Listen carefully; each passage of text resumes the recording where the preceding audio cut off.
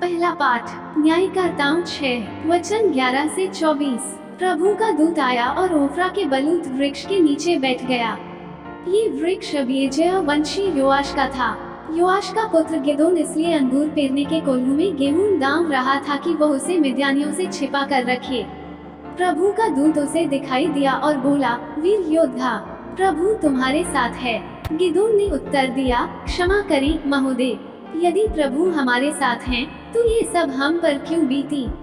वे सब चमत्कार कहाँ गए जिनका वर्णन हमारे पूर्वज ये कहते हुए करते थे, प्रभु ने हमें मिस्र से निकाला सशस्त्र। अब तो प्रभु ने हमें छोड़कर मिद्यानियों के हवाले कर दिया।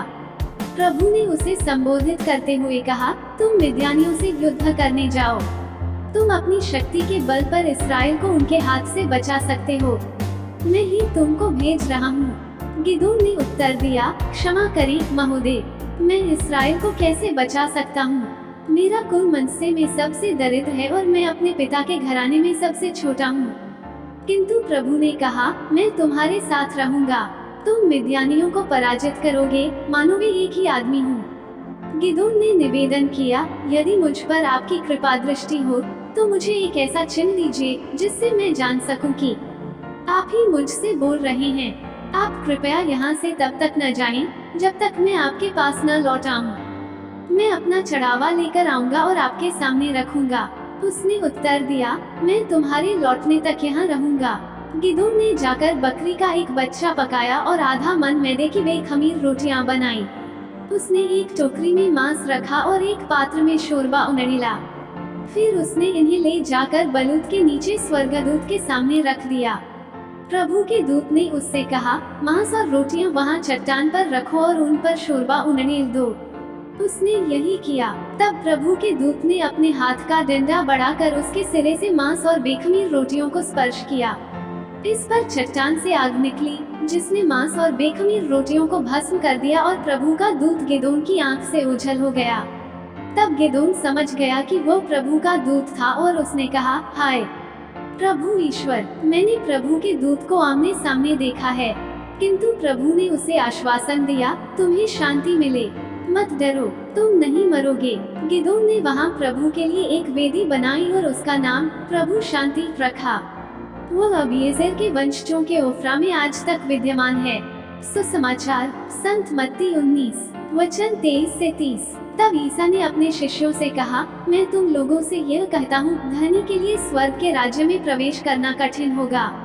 मैं ये भी कहता हूँ कि सुई के नाके से होकर ऊंट का निकलना अधिक सहज है, किंतु धनी का ईश्वर के राज्य में प्रवेश करना कठिन है।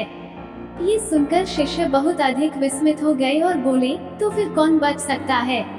उन्हें स्थिर दृष्टि से देखते हुए ईसा ने कहा, मनुष्यों के लिए तो यह असंभव है, ईश्वर के लिए सब कुछ संभव है। तब पेतरुस ने ईसा से कहा, देखिए, हम लोग अपना सब कुछ छोड़कर आपके अनुयायी बन गए हैं, तो हमें क्या मिलेगा?